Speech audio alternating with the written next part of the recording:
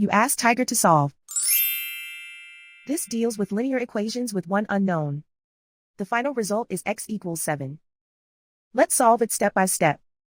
Simplify the expression. Combine like terms. Group all constants on the right side of the equation.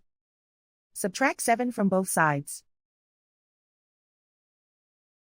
Simplify the arithmetic.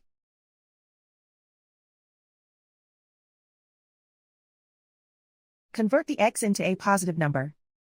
Multiply both sides by -1. Remove the ones. Simplify the arithmetic.